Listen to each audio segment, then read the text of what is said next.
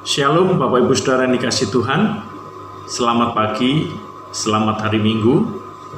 Hari ini kita akan mengikuti ibadah umum hari Minggu di minggu yang pertama di bulan Maret tahun 2022. Sebelum kita mulai ibadah kita, ada beberapa pengumuman ibadah dan persekutuan dalam sepekan ini yang perlu kita perhatikan.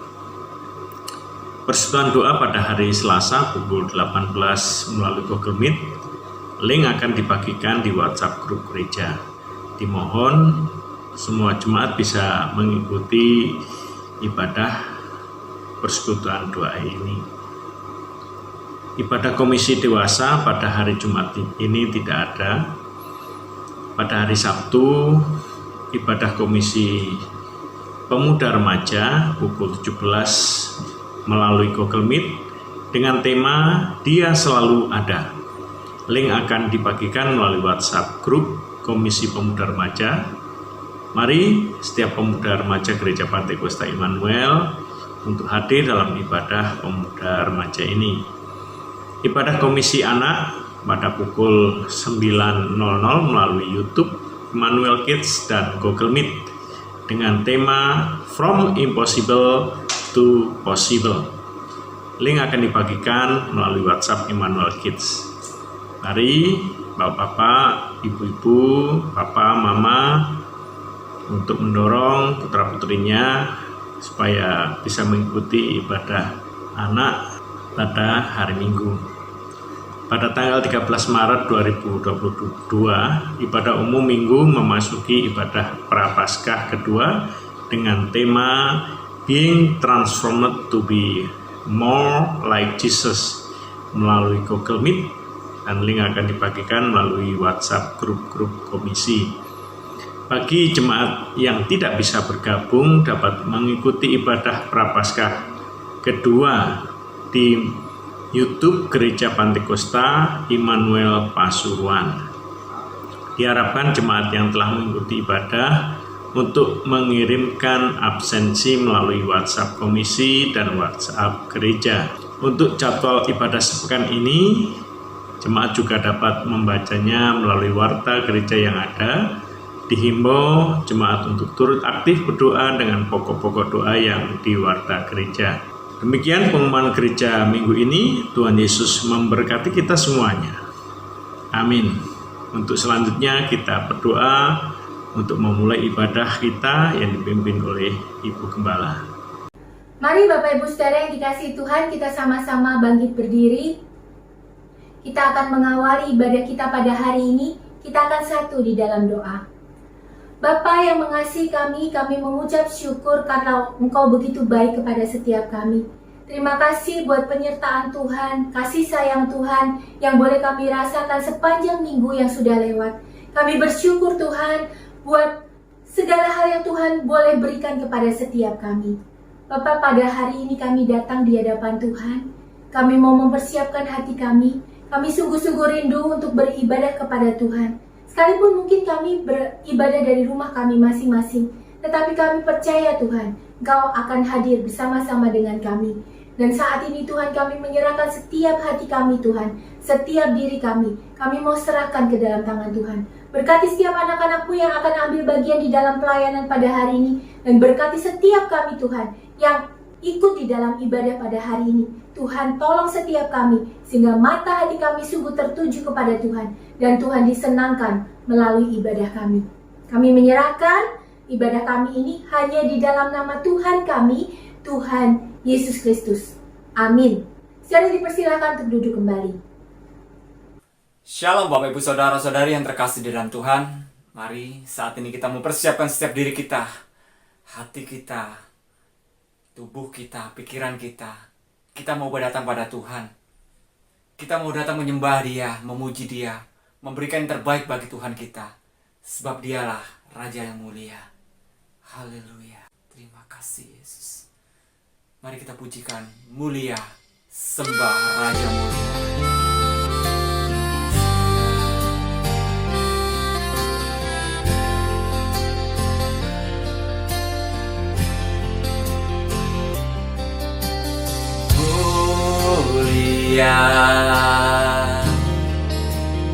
Sembah Raja mulia,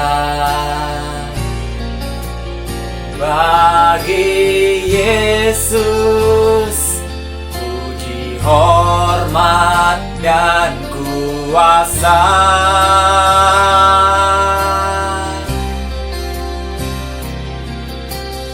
Mulia, agung kerajaannya,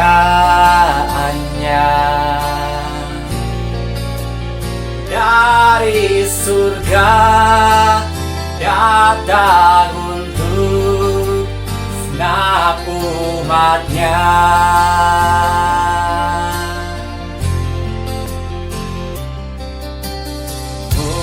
Mulia, sembah Raja mulia, bagi Yesus puji, hormat dan kuasa.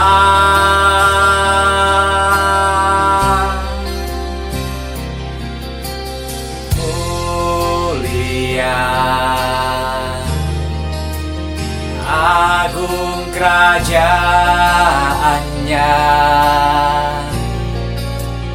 dari surga datang untuk senap umatnya.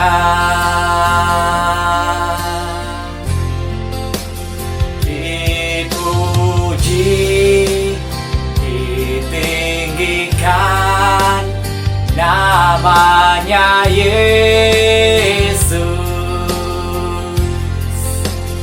Hormat dan muliakanlah Yesus Raja. Oh, mulia, sembah Raja mulia. Dia telah mati, dibangkitkan jadi Raja.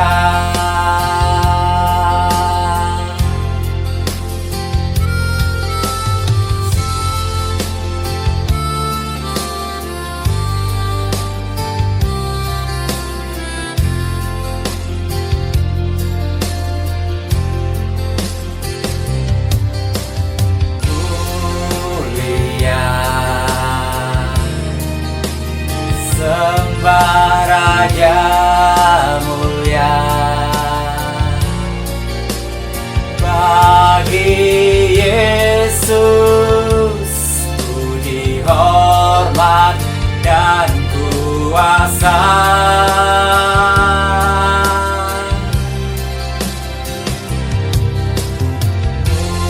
Mulia, agung kerajaannya, dari surga datang untuk senap umatnya.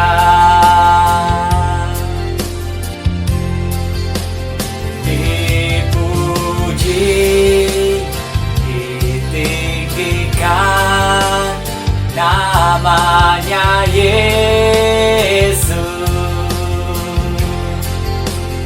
Hormat dan muliakanlah Yesus Raja.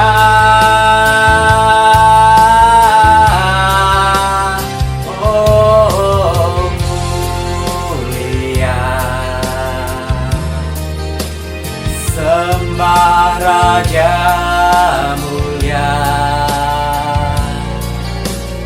Dia telah mati, dibangkitkan jadi Raja.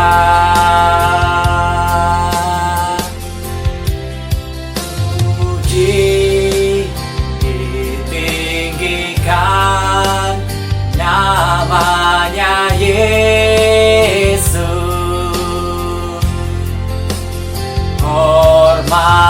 dan muliakanlah Yesus Raja.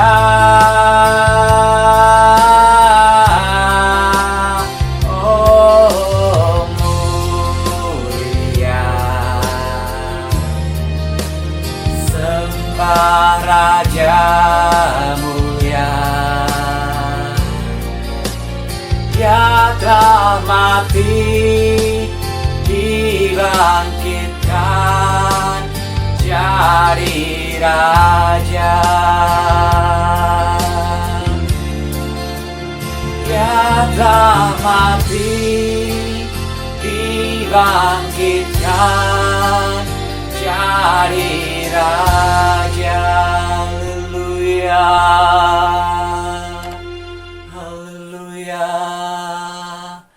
Terima kasih Tuhan, Kau Raja kami Tuhan. Dan biarlah saat ini Tuhan kami boleh memuji-Mu Tuhan. Kami boleh menyembah-Mu dengan segenap hati kami Tuhan. Dan segenap orang percaya bersama-sama katakan amin. Haleluya, haleluya.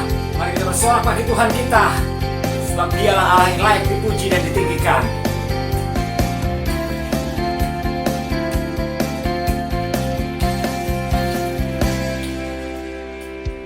Besarkan nama Tuhan, pujilah Dia. Kemuliaannya besar, tiada terkira. Aku tak dapat balas besar kasih-Nya. Oh besarkan nama Tuhan, Tuhan yang ajaib, Tuhan yang kuasa, Tuhan yang menolong hidupku, Tuhan yang ajaib, Tuhan yang kuasa. Jiwaku ditebus oleh-Nya. Besarkan nama Tuhan, pujilah Dia. Kemuliaannya besar, tiada terkira. Aku tak dapat balas besar kasih-Nya.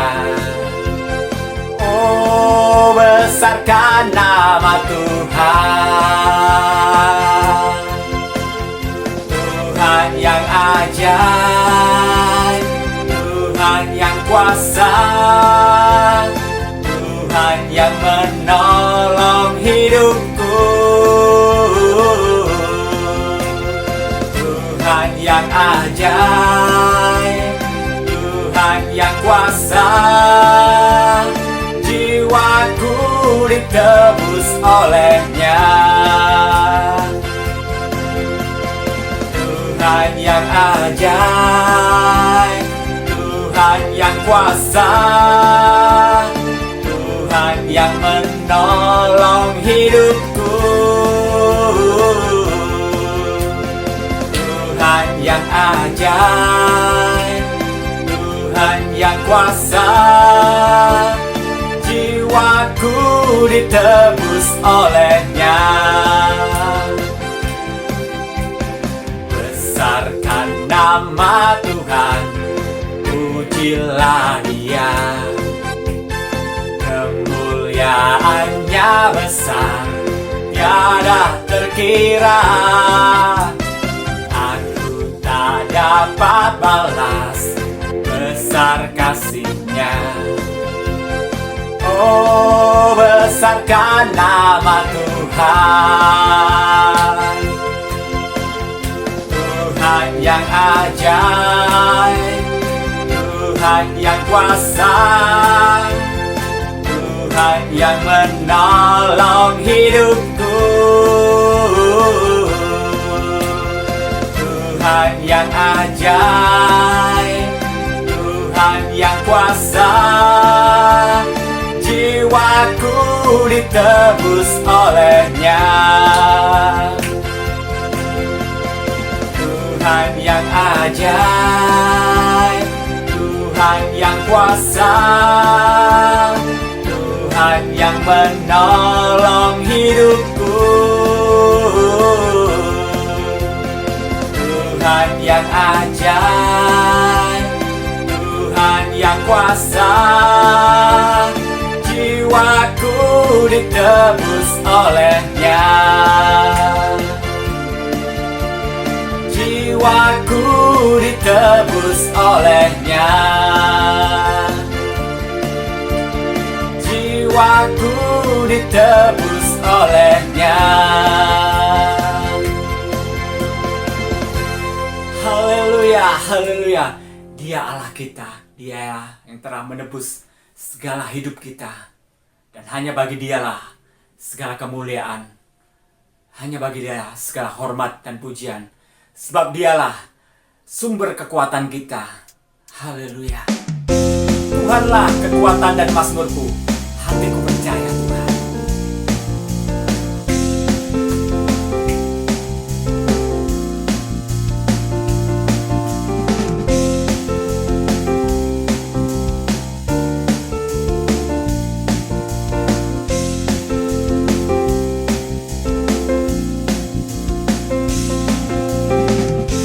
Tuhanlah kekuatan dan mazmurku, Dia gunung batu dan keselamatanku. Hanya padamu hatiku percaya, Kaulah menara dan kota perlindungan.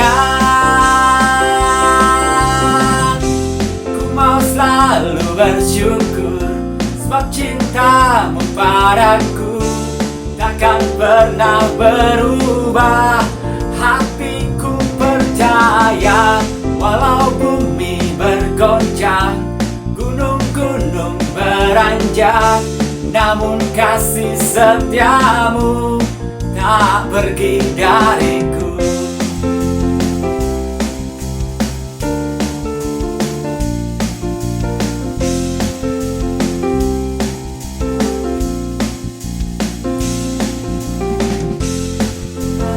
Kekuatan dan mazmurku, Dia gunung batu dan keselamatanku. Hanya padamu hatiku percaya, Kaulah menara dan kota perlindungan. Ku mau selalu bersyukur, sebab cintamu padaku takkan pernah berubah. Hatiku percaya, walau bumi bergoncang, gunung-gunung beranjak, namun kasih setiamu tak pergi dariku. Ku mau selalu bersyukur, sebab cintamu padaku takkan pernah berubah. Hatiku percaya, walau bumi bergoncang, gunung-gunung beranjak, namun kasih setiamu tak pergi dariku. Kasih setiamu tak pergi dariku. Kasih setiamu tak pergi dariku.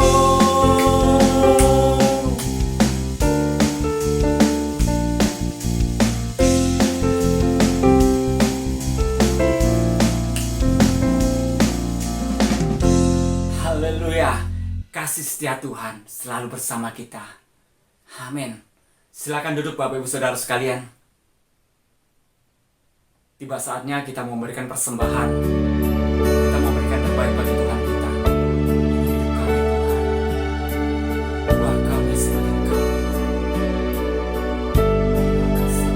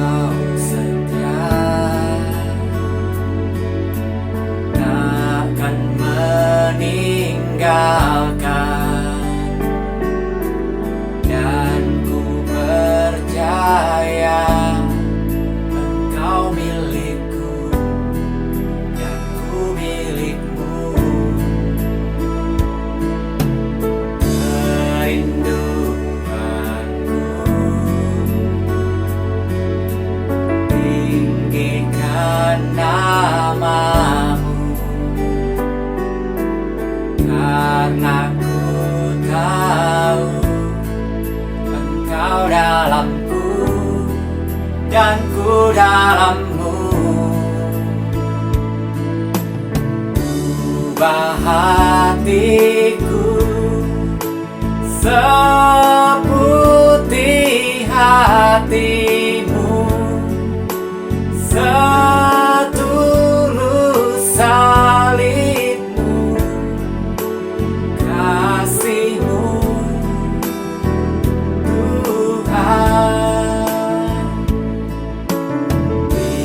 Biar mataku seperti matamu, pancarkan kasihmu.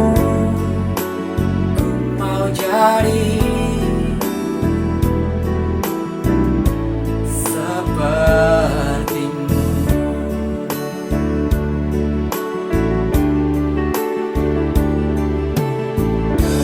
Kerinduanku tinggikan namamu, karena ku tahu Engkau dalamku dan ku dalammu.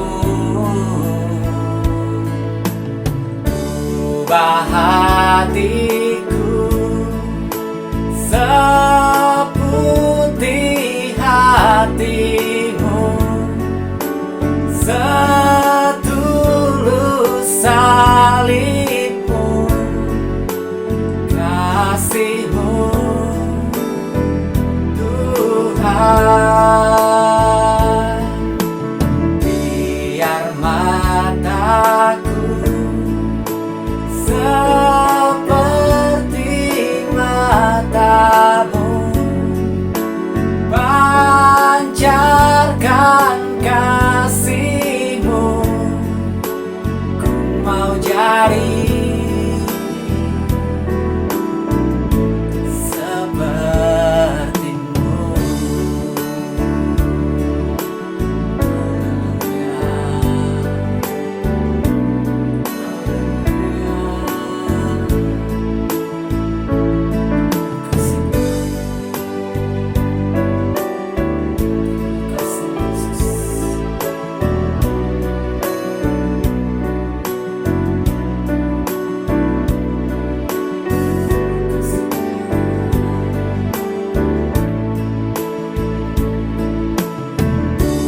Ubah hatiku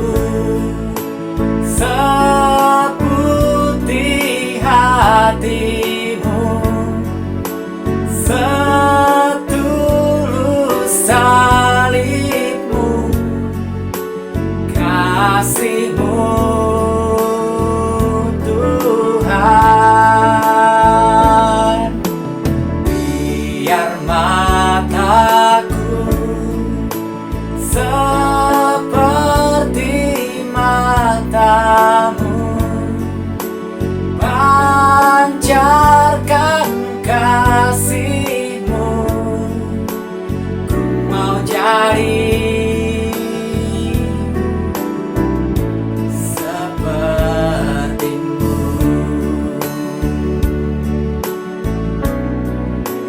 Ku mau jadi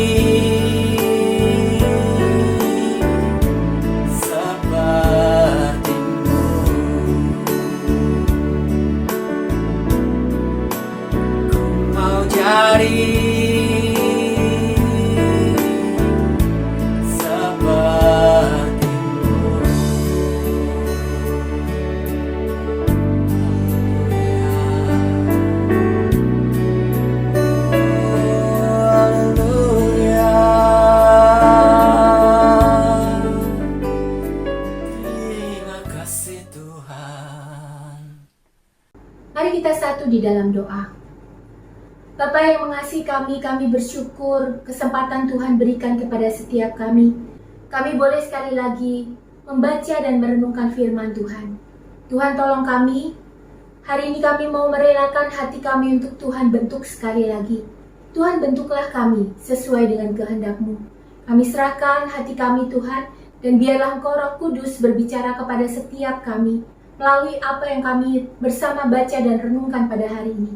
Dan beri kami hati yang sungguh-sungguh mau melakukan kebenaran firman Tuhan ini dalam hidup kami. Kami serahkan waktu ini dalam pimpinan Tuhan, hanya di dalam nama Tuhan kami, Tuhan Yesus Kristus, kami berdoa. Amin. Bapak Saudara yang dikasihi Tuhan, hari ini kita akan membaca dan merenungkan satu bagian firman Tuhan yang terdapat di dalam Injil Lukas pasal yang keempat. Kita akan membaca Injil Lukas pasal yang keempat mulai dari ayat yang pertama sampai ayat yang ke-13. Lukas pasal yang keempat, ayat yang pertama sampai ayat yang ke-13. Saya akan membacakan bagi Bapak Ibu Saudara. Demikianlah firman Tuhan. Yesus yang penuh dengan Roh Kudus kembali dari sungai Yordan, lalu dibawa oleh Roh Kudus ke padang gurun. Di situ ia tinggal 40 hari lamanya dan dicobai iblis. Selama di situ ia tidak makan apa-apa dan sesudah waktu itu ia lapar. Lalu berkatalah iblis kepadanya, "Jika engkau anak Allah, suruhlah batu ini menjadi roti." Jawab Yesus kepadanya, "Ada tertulis, manusia hidup bukan dari roti saja." Kemudian ia membawa Yesus ke suatu tempat yang tinggi dan dalam sekejap mata ia memperlihatkan kepadanya semua kerajaan dunia. Kata iblis kepadanya, "Segala kuasa itu serta kemuliaannya akan kuberikan kepadamu. Sebab semuanya itu telah diserahkan kepadaku dan aku memberikannya kepada siapa saja yang kukehendaki. Jadi jikalau engkau menyembah aku, seluruhnya itu akan menjadi milikmu." Tetapi Yesus berkata kepadanya, "Ada tertulis, engkau harus menyembah Tuhan Allahmu, dan hanya kepada Dia sajalah engkau berbakti." Kemudian ia membawa Yesus ke Yerusalem dan menempatkan Dia di bubungan bait Allah, lalu berkata kepadanya, "Jika engkau anak Allah, jatuhkanlah dirimu dari sini ke bawah. Sebab ada tertulis, mengenai engkau, ia akan memerintahkan malaikat-malaikatnya untuk melindungi engkau. Dan mereka akan menatang engkau di atas tangannya, supaya kakimu jangan terantuk kepada batu." Yesus menjawabnya katanya, "Ada firman, jangan engkau mencobai Tuhan Allahmu." Sesudah iblis mengakhiri semua pencobaan itu, ia mundur daripadanya dan menunggu waktu yang baik. Amin. Demikian jauh membacaan firman Tuhan. Yang berbahagia bukan hanya kita yang mau membaca firman Tuhan, tetapi yang juga merenungkan dan melakukan firman Tuhan itu dalam kehidupan kita. Bapak Ibu Saudara yang dikasihi Tuhan, hari ini semua gereja di seluruh dunia mulai memasuki masa Prapaskah yang pertama. Prapaskah diperingati, biasanya disebut masa 40 hari sebelum perayaan Paskah. Masa Prapaskah diperingati untuk mengajak jemaat Tuhan masuk dalam introspeksi diri. Biasanya banyak orang Kristen kemudian menjalani puasa selama 40 hari ke depan, mencoba menyangkal diri, menjalani disiplin rohani seperti membaca lebih banyak firman Tuhan, lebih banyak berdoa dengan tujuan untuk mendekatkan diri kepada Tuhan. 40 hari ini juga mengingatkan kita semua pada puasa yang Yesus lakukan di padang gurun sebelum memulai pelayanannya. Karena itulah hari ini kita diajak merenungkan dari bagian yang kita baca. Bagian ini terjadi setelah peristiwa Yesus dibaptiskan oleh Yohanes Pembaptis. Catatan Lukas menarik, karena setelah perikop pembaptisan Yesus di Lukas pasal 3 ayat 21 sampai 22, pada catatan Lukas seolah diselipkan atau ditaruh silsilah Yesus yang oleh Matius diletakkan di awal tulisannya. Dikatakan di pasal 3 ayat 23 Bapak Ibu Saudara, ketika Yesus memulai pekerjaannya, dia berumur kira-kira 30 tahun dan menurut anggapan orang, ia adalah anak Yusuf, anak Eli, dan seterusnya sampai kita baca di ayat 38, anak Enos, anak Set, anak Adam, anak Allah. Berbeda dengan Matius yang memulai silsilahnya dari Abraham, Lukas memulai silsilahnya justru dengan cara yang terbalik. Mulai dari Yesus sampai kepada Adam. Lukas ingin menekankan kemanusiaan Yesus, sehingga dia menarik garis sampai kepada Adam. Selama 30 tahun Yesus menjalankan kehidupannya sebagai manusia yang normal. Karena itu tidak ada seorang pun yang menganggap dia bukan manusia. karena Yesus benar-benar menjadi manusia yang sejati. Hal ini menegaskan kemudian apa yang terjadi di pasal keempat yang tadi kita baca, yaitu ketika Yesus tinggal di padang gurun 40 hari lamanya untuk berpuasa dan kemudian dicobai oleh iblis. Ini adalah pencobaan yang sungguh-sungguh dialami seorang manusia. Bapak Ibu Saudara, mungkin kita familiar dengan bagian yang kita baca ini. Kita sering dengar firman Tuhan dari bagian ini. Dan mungkin sebagian besar dari kita hafal dengan kisah ini. Tapi mari sekali lagi kita rendahkan hati kita belajar dan melihat hidup kita dari bagian ini. Setelah 40 hari berpuasa, di ayat yang kedua dituliskan, Yesus dicobai iblis. Karena Yesus adalah manusia 100%, maka sangat wajar, sangat lumrah, setelah 40 hari tidak makan apa-apa, Yesus menjadi lapar. Kita saja tidak perlu 40 hari Bapak Ibu Saudara. 1 hari saja kita tidak makan, bukankah kita pasti kelaparan? Pencobaan pertama yang iblis berikan kepada Yesus. Iblis berusaha mengusik egonya Yesus. Kalau kita lihat di ayat yang ketiga, iblis berkata demikian, "Jika engkau anak Allah, suruhlah batu ini menjadi roti." Iblis tahu Yesus adalah anak Allah. Namun iblis juga tahu kalau Yesus harus menjalankan kehidupannya sebagai manusia supaya dia bisa melakukan karya keselamatannya. Semua yang dikerjakan oleh Yesus termasuk puasanya adalah untuk menghadapi semua yang dialami oleh manusia. Sebagai Allah 100% juga, Yesus pemilik alam semesta, bahkan pencipta alam ini, dia tidak akan pernah merasa kesulitan untuk mengubah batu menjadi roti. Namun dalam panggilannya untuk menjadi manusia, Yesus tidak akan melakukannya hanya untuk memuaskan rasa laparnya saja. Sebenarnya sederhana saja. Di padang gurun, sendirian, tidak seorang pun melihat, dan tidak ada salahnya untuk mengakhiri puasanya dengan hal yang mudah didapatkannya. Padang gurun di daerah itu banyak dipenuhi oleh batu-batu karang yang memang mirip dengan roti. Hal yang mudah, tidak akan mempengaruhi apapun. Itu yang diperlihatkan oleh iblis, bukan? Iblis tahu Yesus sanggup melakukannya. Tantangan semacam ini tentu tidak diberikan kepada orang yang tidak sanggup atau tidak memiliki kuasa untuk melakukannya. Gak mungkin iblis memberikan tantangan jika dia tidak tahu bahwa Yesus sanggup melakukannya. Bapak Ibu Saudara, hal yang mudah, hal yang instan, itu bisa menarik hati kita, bukan? Kalau Yesus mau melakukan hal ini, bahkan kemudian menawarkan kehidupan semacam ini, nanti dalam pelayanannya tentu bisa menjadi hal yang menarik dan memudahkan Yesus mendapatkan banyak manusia, banyak orang untuk mengikuti dia. Saudara, coba kita bayangkan. Waktu kita menghadapi kesulitan, kita berdoa dan kemudian Tuhan langsung menjawab doa kita. Senang atau tidak? Siapa yang gak suka? Kalau saya tanya mungkin ada jawaban. Ya, tapi itu kan tidak mendewasakan kita. Tapi jujur, Bapak Ibu Saudara, senang atau enggak? Kalau kita meminta apapun dan Tuhan kemudian memberikannya, senang. Kenapa? Karena sebagian besar, bahkan mungkin semua permintaan kita sebenarnya berkaitan dengan kebutuhan daging kita, bukan? Hidup kita ini digerakkan oleh kebutuhan daging.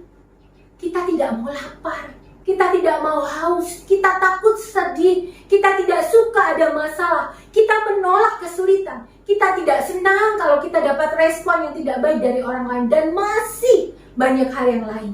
Yang ujungnya sebenarnya, kita nggak mau daging kita ini menderita. Kita nggak mau daging kita ini merasa tidak nyaman. Sangat jarang kita meminta sesuatu untuk pertumbuhan iman kerohanian kita. Rasa cinta kita pada Tuhan. Keinginan besar untuk mengasihi sesama atau hal semacam itu. Saudara, itulah yang iblis suntikan. Lakukan yang mudah. Puaskan dagingmu. Tidak ada salahnya kok. Yesus menjawab iblis dengan mengutip Ulangan pasal yang ke-8 ayat yang ketiga. Ketika Tuhan mengizinkan bangsa Israel mengalami kelaparan di padang gurun, lihat apa yang terjadi. Mereka bukan kemudian datang merendahkan diri mereka di hadapan Tuhan, tapi mereka justru mengeluh dan membuat pedih hati Tuhan. Tuhan kemudian memberi mereka makan mana yang berbentuk seperti roti yang tidak pernah mereka kenal sebelumnya. Supaya orang-orang Israel bisa melihat bahwa manusia itu tidak hanya hidup dari hal yang materi saja, tapi justru kedekatan mereka dengan Tuhan. Tuhan bisa kok melakukan hal di luar logika kalau hanya untuk memenuhi kebutuhan fisikmu saja. Tuhan sanggup mendatangkan mana, sesuatu yang tidak pernah manusia pikirkan. Yesus berkata, ada tertulis, manusia hidup bukan dari roti saja. Bapak Ibu Saudara, orang percaya tidak pernah dimaksudkan untuk bebas dari masalah. Hidup dalam kondisi yang serba mudah.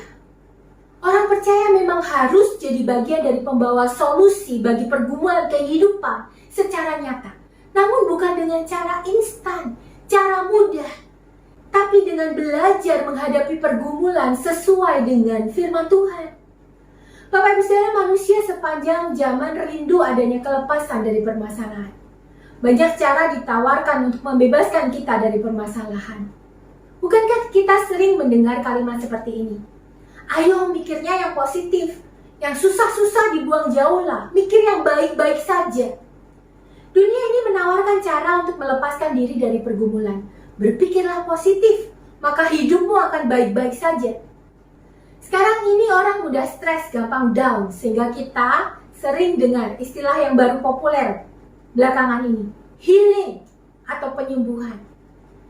Ketika kita merasa begitu down, kita merasa stres, kita makan enak dan kita sebut itu healing. Pergi ke tempat yang menyenangkan dan kita sebut itu healing. Bahkan ada anak-anak berkata, "Ma, mana HP-nya? Aku mau main game." Buat apa? Buat healing. Padahal sebenarnya stresnya cuma karena tugas atau PR yang banyak. Manusia berusaha menghindari yang namanya penyakit, kesedihan, kesulitan hidup. Padahal kadang kesulitan dan pergumulan dipakai Tuhan untuk mendewasakan kita. Supaya kita bisa melihat dan bersandar hanya kepada Tuhan. Realita hidup memang tidak pernah mudah, Bapak Ibu Saudara. Firman Tuhan mengajar kita untuk bukan positive thinking. Karena yang positif itu belum tentu benar. Tuhan mengajar kita, berpikirlah sesuai dengan kebenaran firman Tuhan. Berpikir benar, bukan berpikir positif. Pencobaan kedua, Yesus kemudian dibawa ke satu tempat yang tinggi dan terbentang kerajaan dunia. Iblis mengklaim bahwa dunia sudah diserahkan kepadanya dan dia bisa memberikan kepada siapapun yang dikehendakinya. Syaratnya apa? Sembahlah dia. Iblis menawarkan sebuah kompromi. Kompromi yang seolah bisa mempermudah Yesus melakukan pelayanannya. Bapak Ibu Saudara, bukankah kita pun sering tergoda dengan kemudahan hanya dengan berkompromi? Kompromilah sedikit, maka akan ada banyak orang yang menerima dan menghargaimu. Jadi orang Kristen jangan terlalu alim. Sedikit pakai cara yang dipakai orang lain tidak akan membuatmu menjadi jahat kok. Aduh, kalau kamu ini terlalu lurus seperti itu, siapa yang bakal mau mendukungmu? Saudaraku, iblis selalu menawarkan kita untuk melihat segala hal dengan warna abu-abu. Menjalankan hidup sesuai dengan kehendak Tuhan sudah dipandang kuno dan tidak sesuai dengan zaman. Bahkan kemudian orang berani berkata, Tuhan juga tahu kali kalau melakukan yang benar itu sekarang berat. Jadi Tuhan akan memaklumi kita kok. Kalau kita berbuat dosa, nanti tinggal minta ampun aja, pasti Tuhan akan mengampuni. Kita digoda untuk membuat Tuhan yang sesuai dengan kehendak kita sendiri. Apa yang Yesus katakan kepada godaan iblis ini? Yesus berkata, ada tertulis, engkau harus menyembah Tuhan Allahmu, dan hanya kepada Dia sajalah engkau berbakti. Menyembah Tuhan, menempatkan Dia sebagai satu-satunya Tuhan akan menutup kemungkinan kita berkompromi dengan hal lainnya. Kompromi itu apa, Bapak Ibu Saudara? Kompromi itu membuat kita mensejajarkan Tuhan dengan hal yang lain yang kita inginkan. Dan ketika Tuhan sudah disejajarkan dengan hal yang lainnya, maka Dia sudah tidak lagi menjadi Tuhan dalam hidupmu. Hanya kepada Tuhanlah kita harus menyerahkan seluruh bakti kita. Tidak ada satu pun yang boleh ditaruh di tempat yang sama dengan Tuhan. Bapak Ibu Saudara, apakah kemudian iblis menyerah? Tidak. Dia membawa Yesus ke bubungan bait Allah dan kemudian berkata kepada Yesus, "Jika engkau anak Allah, jatuhkanlah dirimu dari sini ke bawah.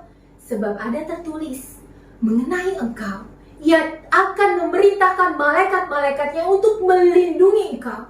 Dan mereka akan menatang engkau di atas tangannya, supaya kakimu jangan terantuk kepada batu." Pencobaan iblis yang ketiga ini tidak lagi menggoda Yesus untuk bertentangan dengan firman Tuhan. Bapak Ibu Saudara, iblis justru mengutip firman Tuhan. Kalau kita lihat, kalau kita amati, firman Tuhan yang diambil oleh iblis ini berasal dari Mazmur pasal 91 ayat 11 sampai 12. Bapak Ibu Saudara, kita coba buka bagian firman Tuhan ini. Mazmur 91 ayat 11 sampai 12. Bagian inilah yang dikutip oleh iblis. "Sebab malaikat-malaikatnya akan diperintahkannya kepadamu untuk menjaga engkau di segala jalanmu. Mereka akan menatang engkau di atas tangannya, supaya kakimu jangan terantuk kepada batu." Bukankah ini firman Tuhan? Kalau kita lihat konteksnya, ini adalah janji Tuhan kepada mereka yang percaya kepadanya, yang hidup dalam perlindungan Tuhan. Bapak Ibu Saudara, bukankah kita juga senang dengan janji Tuhan seperti ini? Awal pandemi yang lalu ada banyak orang memperkatakan Mazmur ini. Bahkan ada banyak yang membuat spanduk-spanduk berisi ayat ini. Di ayat yang keempat sampai keenam, mari kita amati Bapak Ibu Saudara sedikit dari Mazmur ini. Di ayat yang keempat sampai keenam dikatakan Tuhan akan melindungi dan menjagai orang percaya di bawah sayapnya. Gak usah takut pada gelapnya malam, pada panah di siang hari, pada penyakit sampar, pada penyakit menular. Bukankah enak Bapak Ibu Saudara hidup seperti ini? Bahkan kemudian di ayat yang ketujuh, sebuah ayat yang terkenal bahkan ada lagunya. "Walau 1000 rebah di sisimu." Bapak Ibu Saudara, dikatakan di ayat yang ketujuh, "Walau 1000 rebah di sisimu dan 10.000 di sebelah kananmu, tapi itu tidak akan menimpamu." Janji yang luar biasa. Dan bukankah kita senang mendengar ayat seperti ini? Tidak ada yang salah dari ayat ini. Bapak Ibu Saudara, apa yang terjadi ketika orang percaya mengklaim ayat ini tanpa pemahaman yang tepat? Banyak dari mereka yang kemudian justru menyepelekan apa yang jadi bagiannya untuk dia lakukan. Kan Tuhan akan lindungi. Kan kita aman saja di dalam lindungan Tuhan. Gak akan ada yang bisa menyentuh kita. Kita lupa pada bagian selanjutnya di ayat yang ke-14. Siapa yang Tuhan lindungi? Orang yang hatinya melekat kepada Tuhan, yang mengenal nama Tuhan. Bapak Ibu Saudara masih ingat kisah Ayub? Dia adalah seorang yang hatinya melekat kepada Tuhan. Bahkan dia hidup dalam pengenalannya kepada Tuhan, di dalam kesalehannya. Namun untuk sejangka waktu, Tuhan seolah tidak melakukan janjinya ini. Ayub masuk dalam penderitaan yang tidak seorang pun di dunia ini sanggup untuk membayangkannya. Bahkan sahabat-sahabatnya pun pada akhirnya menuduh Ayub sudah melakukan dosa di hadapan Tuhan. Mungkin ada hal-hal dalam hidupmu yang tidak berkenan kepada Tuhan. Bukankah pikiran dunia itu seperti ini? Kalau kamu diberkati Tuhan, kau akan terhindar dari kesulitan. Kalau kamu percaya pada Tuhan, kau tidak akan mengalami kesulitan, pasti keinginanmu akan dipenuhi. Bapak Ibu Saudara, bukankah dari kisah Ayub ini kita melihat bahwa pemikiran sahabat-sahabat Ayub itu tidak benar, dan bahkan Tuhan kemudian menyalahkan mereka? Bukti penyertaan Tuhan tidak bisa dipatok dengan cara berpikir kita sendiri. Tuhan menyertai orang-orang pilihannya. Oh iya dan amin. Tapi apakah tanda penyertaannya selalu berupa berkat dan kelepasan dari semua yang tidak menyenangkan? Sayangnya tidak demikian. Percaya kepada penyertaannya tidak sama dengan mencobai Tuhan. Ada banyak orang yang berada dalam kegeeran rohani, menganggap kasih sayang Tuhan berarti semua keinginannya dituruti, semua harapannya dikabulkan, dengan melupakan bahwa Tuhan juga adalah pribadi yang punya kehendak dan caranya untuk membentuk kita sesuai yang Dia mau. Demonstrasi terjun dari hubungan bait Allah yang memiliki ketinggian 450 kaki atau sekitar 13 meter pada ukuran sekarang tentu menjadi sebuah pertunjukan yang menakjubkan. Tidak perlu meyakinkan orang dengan pengajaran dan cara hidup. Orang banyak akan menyanjung dan menghormati Yesus. Bukankah itu yang dibutuhkannya untuk membuat kata-katanya didengar? Tapi Yesus kemudian menjawab sekali lagi mengutip kitab Ulangan pasal 6 ayat yang ke-16. Di situ dikatakan, "Janganlah kamu mencobai Tuhan Allahmu." Bapak Ibu Saudara, berapa banyak dari kita kadang mempersilahkan iblis mencobai kita melalui hal-hal yang sepertinya baik. Ingat Bapak Ibu Saudara, iblis tidak akan pernah menawarkan hal-hal yang jelas terlihat salah dan tidak baik. Apakah mungkin itu godaan untuk terlihat menakjubkan, terlihat hebat, menjadi godaan yang sangat mengikat kita?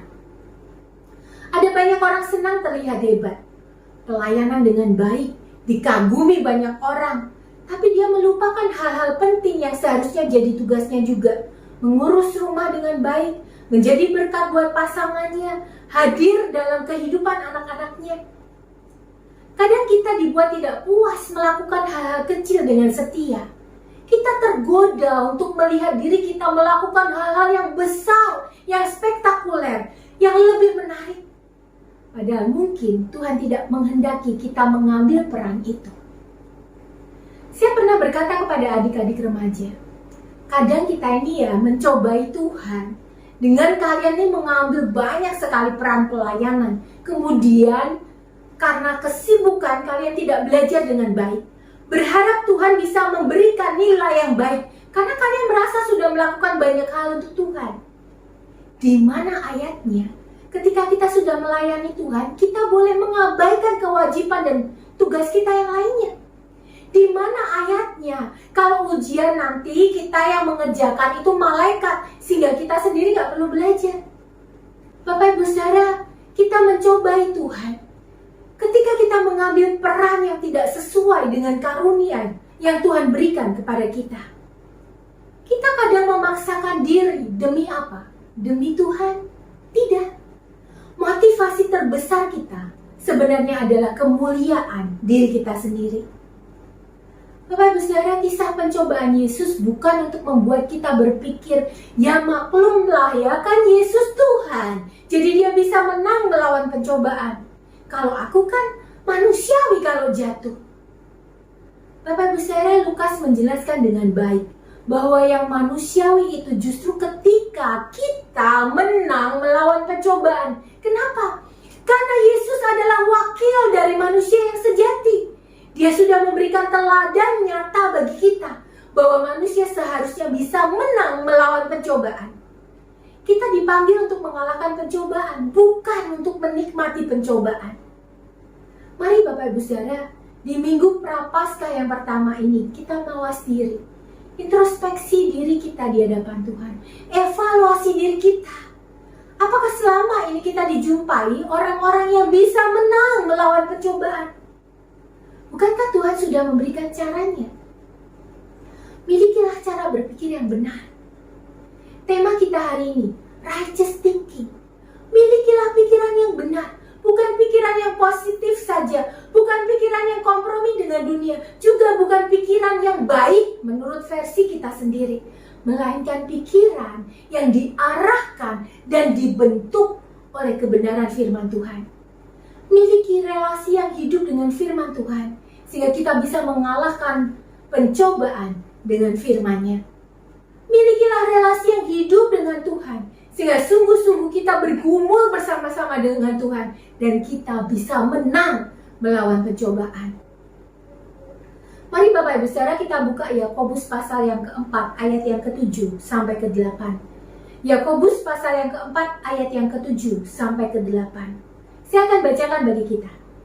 Karena itu, tunduklah kepada Allah dan lawanlah iblis. Saya ulangi. Karena itu, tunduklah kepada Allah dan lawanlah iblis. Maka ia akan lari daripadamu. Mendekatlah kepada Allah, dan Ia akan mendekat kepadamu. Tahirkanlah tanganmu, hai kamu orang-orang berdosa, dan sucikanlah hatimu, hai kamu yang mendua hati. Di sini dikatakan Bapak Ibu Saudara dengan jelas, tunduklah kepada Allah, lawanlah iblis. Pilihannya hanya itu. Kita tidak bisa tunduk pada Tuhan tapi juga menyerahkan diri untuk digoda oleh iblis. Jelas firman Tuhan katakan, lawanlah iblis, maka ia akan lari daripadamu. Dekatlah dengan Tuhan, tahirkan tanganmu. Maksudnya di sini ada bersihkan tanganmu dari perbuatan-perbuatan dosa. Sucikan hatimu, kuduskan hatimu, khususkan hatimu. Buat apa? Buat kebenaran. Kita tidak bisa berkata kita melakukan kebenaran, di sisi lain kita juga menyukai dosa. Tuhan tidak berkenan kepada mereka yang mendua hati. Mari hari ini kita berkomitmen di hadapan Tuhan untuk hidup dalam kebenaran. Milikilah cara berpikir yang benar, sehingga kebenaran itu berbuah nyata di dalam tutur kata, di dalam sikap kita. Mintalah kemampuan dari Tuhan untuk melakukan kebenaran firman Tuhan ini. Tuhan Yesus memberkati setiap kita. Mari Bapak Ibu Saudara, saya ajak kita tundukkan kepala kita di hadapan Tuhan. Kita renungkan apa yang Tuhan sudah ajarkan kepada setiap kita pada hari ini. Yesus sudah meninggalkan jejaknya kepada kita, teladannya kepada kita. Dia yang adalah manusia yang sesungguhnya, dia yang sudah menjadi manusia seutuhnya. Dia masuk juga dalam pergumulan dunia yang berdosa sama seperti kita. Tapi Yesus sanggup menjalani hidupnya dengan baik karena dia mengedepankan firman Tuhan. Dia berpikir dengan kebenaran firman Tuhan dan dia bertindak berdasarkan firman Tuhan. Mari kita meminta Tuhan mengajar kita memahami semua yang mungkin sekarang sulit untuk kita pahami. Mari serahkan pikiran kita untuk dibentuk oleh Tuhan sehingga hidup kita sungguh-sungguh bisa menyenangkan hati Tuhan. Sering ku tak mengerti jalan-jalan-Mu Tuhan, bagai di belantara yang kelam. Tanpa seribu tanya, namun tetap percaya, jejak-Mu Tuhan sungguh sempurna. Ajarku memahami semua yang Kau ingini, agar hidupku puaskan hati-Mu. Bagimu aku rela sepenuh hati menghamba, serahkan diri genapi karya-Mu. Mari bersama kita pujikan pujian ini. Minta di hadapan Tuhan supaya kita mengerti bagaimana hidup sesuai dengan kehendak-Nya bagi kita. Sering ku tak mengerti jalan-jalan-Mu Tuhan, bagai di belantara yang kelam. Tanpa seribu tanya, namun tetap percaya, jejak-Mu Tuhan sungguh sempurna. Ajarku memahami semua yang Kau ingini, agar hidupku puaskan hati-Mu. Bagimu aku rela sepenuh hati menghamba, serahkan diri genapi karya-Mu. Ajarku memahami semua yang Kau ingini, agar hidupku puaskan hati-Mu. Bagimu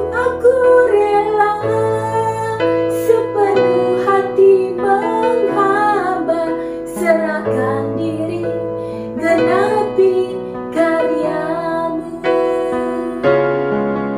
Ajarku memahami semua yang kau ingini, agar hidupku puaskan hatimu.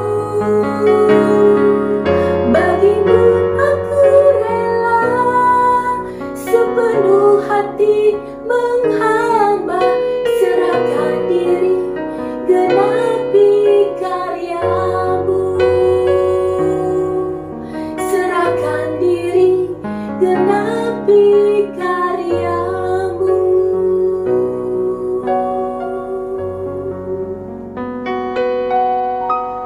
Mari rendahkan hati kita di hadapan Tuhan.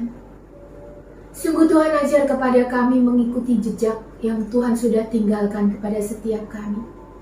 Terima kasih buat teladan-Mu Tuhan. Kau Tuhan yang sudah menjadi manusia, sungguh-sungguh menjadi manusia, mengalami hal yang sama seperti yang kami alami. Tapi ketika Kau diperhadapkan dengan pencobaan, Kau sanggup menang Tuhan melawan pencobaan dalam hidup-Mu. Terima kasih buat teladan yang Kau sudah berikan buat setiap kami. Bapa, ampuni kami kalau seringkali kami memaklumi diri kami sendiri. Kami seringkali berkata pada diri kami sendiri, maklum karena aku orang berdosa, maklum karena aku begitu lemah sehingga aku tidak bisa mengikuti apa yang Tuhan inginkan. Bapa, ampuni kami kalau seringkali Engkau melihat kami melakukan hal yang demikian. Bapa, biarlah pada minggu Prapaskah yang pertama ini, sungguh-sungguh kami merendahkan hati kami di hadapan Tuhan. Alih-alih kami memaklumi dosa-dosa kami Tuhan, ajar kepada kami berkomitmen di hadapan Tuhan. Untuk mulai saat ini kami belajar merendahkan hati kami dalam pimpinan Tuhan. Pimpin kami Tuhan, karena kami rindu untuk hidup sesuai kehendak Tuhan. Pimpin kami Tuhan, karena kami rindu kami boleh hidup menyenangkan hati Tuhan, melakukan karya-Mu dalam kehidupan kami. Terima kasih Tuhan, terima kasih. Kami mengucap syukur buat apa yang Tuhan sudah kerjakan bagi kehidupan kami. Bapa, pada hari ini kami juga mau berdoa Tuhan, terus bagi bangsa dan negara kami. Kami juga berdoa bagi kota kami Pasuruan. Tuhan, kami sungguh rindu menyerahkan untuk apa yang terjadi pada saat ini Tuhan. Kami tahu kenaikan kasus COVID masih begitu tinggi. Bapa, kami mohon belas kasihan Tuhan. Kau berkati setiap anak-anak Tuhan yang berwenang Tuhan untuk bisa mengatasi hal ini. Baik mereka yang ada dalam jajaran pemerintah maupun mereka yang ada Tuhan di dalam dunia kesehatan. Bapa, biarlah Engkau yang mau menolong mereka, memberi hikmat kepada mereka, memberi kekuatan kepada mereka, sehingga sungguh-sungguh mereka bisa Tuhan pakai untuk bisa menyelesaikan permasalahan ini. Dan ajar kepada kami Tuhan, sebagai warga negara, sebagai warga dari kota ini, kami bukan hanya sekedar berlutut berdoa, mohon belas kasihan Tuhan, tapi kami juga mau bergerak Tuhan, mengambil langkah nyata, dengan kami bertanggung jawab, hidup sesuai apa yang Tuhan inginkan, sehingga sungguh-sungguh kami menjadi bagian dari solusi, bukan menjadi bagian dari penambah masalah bagi negara kami. Tuhan, tolong setiap kami. Terima kasih Tuhan, terima kasih. Kami menyerahkan perjalanan gereja kami seminggu ke depan ini dalam penyertaan Tuhan. Segala persekutuan atau apapun kegiatan yang ada, kami mau serahkan ke dalam tangan Tuhan. Bapa, biarlah Engkau beracara di tengah-tengahnya, sehingga sungguh melalui persekutuan, melalui setiap hal yang sudah dirancangkan bagi kami, itu semua boleh membawa kami semakin dekat dengan Tuhan, membawa kami semakin mengenal Engkau, dan kami boleh bertumbuh menjadi anak-anak Tuhan yang menyenangkan hati Tuhan. Bapak, kami menyerahkan juga setiap jemaat Tuhan yang pada saat ini boleh beribadah di hadapan Tuhan. Kau yang tahu kami hadir Tuhan, mungkin dengan pergumulan kami masing-masing. Mungkin ada yang bergumul di tengah-tengah masalah pribadinya. Mungkin ada yang bergumul di tengah-tengah keluarga, di tengah-tengah pekerjaannya, maupun apapun yang menjadi pergumulannya pada saat ini. Bapa, kami mohon belas kasihan Tuhan. Tuhan, biarlah Engkau menolong mereka semua untuk bukan hanya sekedar mencari solusi Tuhan, tapi sungguh-sungguh mereka belajar mendekatkan diri mereka kepada Tuhan, mencari wajah Tuhan, sehingga sungguh Tuhan, Kau pun menyatakan apa yang menjadi isi hati-Mu kepada mereka. dan mereka juga boleh dilepaskan dari segala yang menjadi pergumulan mereka. Terima kasih Tuhan, terima kasih. Menyerahkan jemaat Tuhan yang bergumul dengan sakit penyakit, Kau yang paling tahu kondisi dan keberadaan mereka. Bapa, kami mohon biarlah di dalam nama Tuhan Yesus, Kau yang melepaskan mereka, Kau yang memampukan mereka Tuhan, untuk boleh mendapatkan kesembuhan sesuai dengan kehendak dan rencana Tuhan. Bapa di surga, kami mengucap syukur kalau kami boleh menjalani ibadah pada hari ini, mulai dari awal hingga pada akhirnya. Kami bersyukur buat setiap pujian yang boleh kami naikkan di hadapan Tuhan. Juga firman Tuhan yang sudah bersama kami dengarkan. Tuhan tolong kami, supaya sungguh-sungguh kami bukan hanya menjadi pendengar firman, tetapi kami boleh melakukannya dalam kehidupan kami. Terima kasih Bapa yang baik. Kami mau menyerahkan setiap hati kami Tuhan. Selesai dari ibadah ini Tuhan, kami rindu untuk menjadi anak-anak-Mu yang taat, anak-anak-Mu yang mau melakukan firman Tuhan. Terima kasih Bapa. Kami mau mengakhiri ibadah kami pada hari ini juga dengan doa yang Tuhan sudah ajarkan kepada setiap kami. Bapa kami yang di surga, dikuduskanlah nama-Mu. Datanglah kerajaan-Mu, jadilah kehendak-Mu di bumi seperti di surga. Berikanlah kami pada hari ini makanan kami yang secukupnya, dan ampunilah kami akan kesalahan kami, seperti kami juga mengampuni orang yang bersalah kepada kami. Dan janganlah membawa kami ke dalam pencobaan, tetapi lepaskanlah kami daripada yang jahat. Karena Engkau-lah yang empunya kerajaan dan kuasa dan kemuliaan sampai selama-lamanya. Amin. Mari bersama-sama kita bangkit berdiri dan kita naikkan Bapa, terima kasih. Bapa, terima kasih. Bapa, terima kasih. Bapa di dalam surga, ku berterima kasih. Amin. Mari kita mengarahkan hati kita kepada Tuhan. Angkatlah tanganmu dan terimalah berkat Tuhan. Kiranya kasih setia dari Allah Bapa kita, penebusan pengorbanan Kristus Yesus Tuhan kita, penghiburan, kekuatan, topangan dari Roh Kudus Tuhan kita, menyertai setiap kita mulai dari saat ini hingga Maranatha, yaitu ketika Kristus datang untuk yang kedua kalinya. Biarlah yang percaya bersama saya, kita sama-sama katakan amin. Selamat hari Minggu, Tuhan Yesus memberkati kita. Kuasamu membebaskanku, tebus hidupku. Kebaikanmu nyata atasku, ubah hidupku. Kasihmu termegah